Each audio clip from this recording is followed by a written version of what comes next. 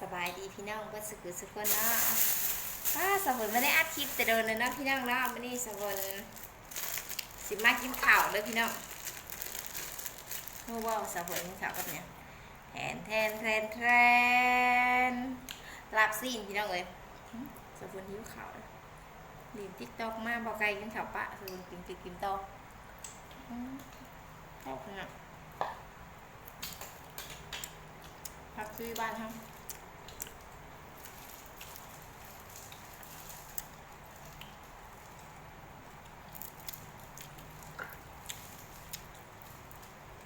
เจ็บแขน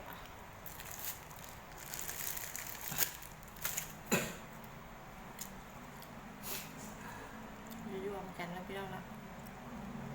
ค่อยขมเลยพี่น้อง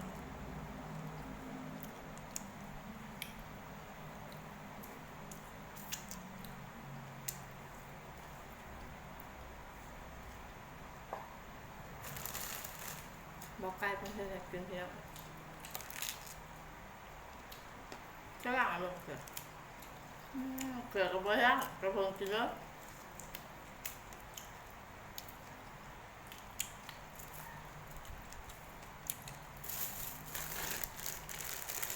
ยิ้มขวาแล้วพี่น้องเนาะ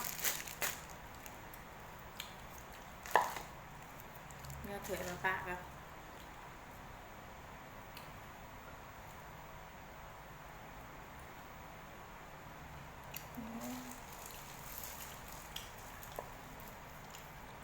มันเมื่อคือการบอกกันพี่เป็นคนนี้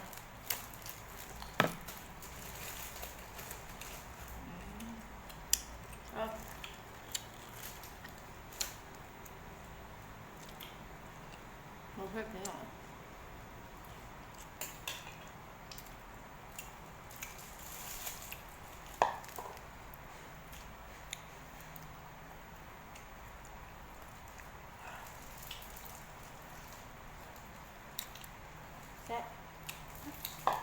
มาตายแม่เลยเนี่ยนะ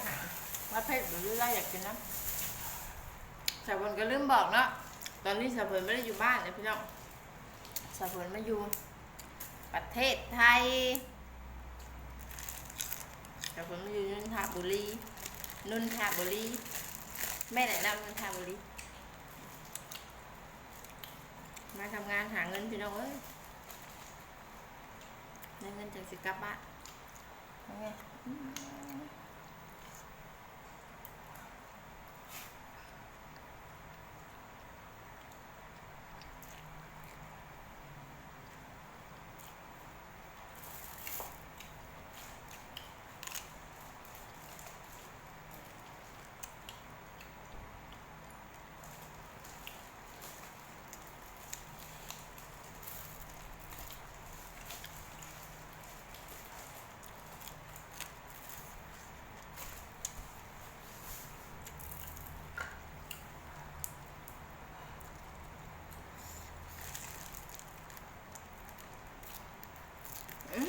เพื่อแล้วแบบ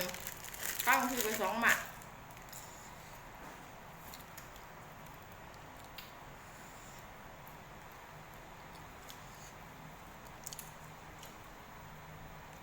ก็ขอโทษขออภัยผู้กินดิบแล้ว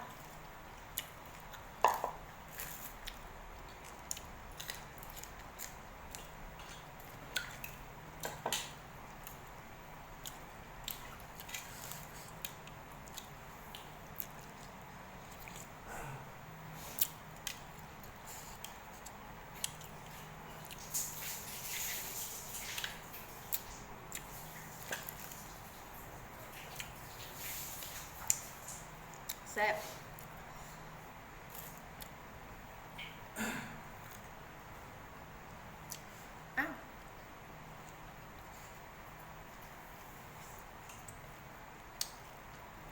เรื่องแบบพอเป็นของปากของข้าวน้องละถ้าอยากคลิปให้เบิ่งอีกคลิปหนาเนาะข้าวสารผลกินอย่างเนาะมื้อนี้สารผลก้อยขมบ๊ายบาย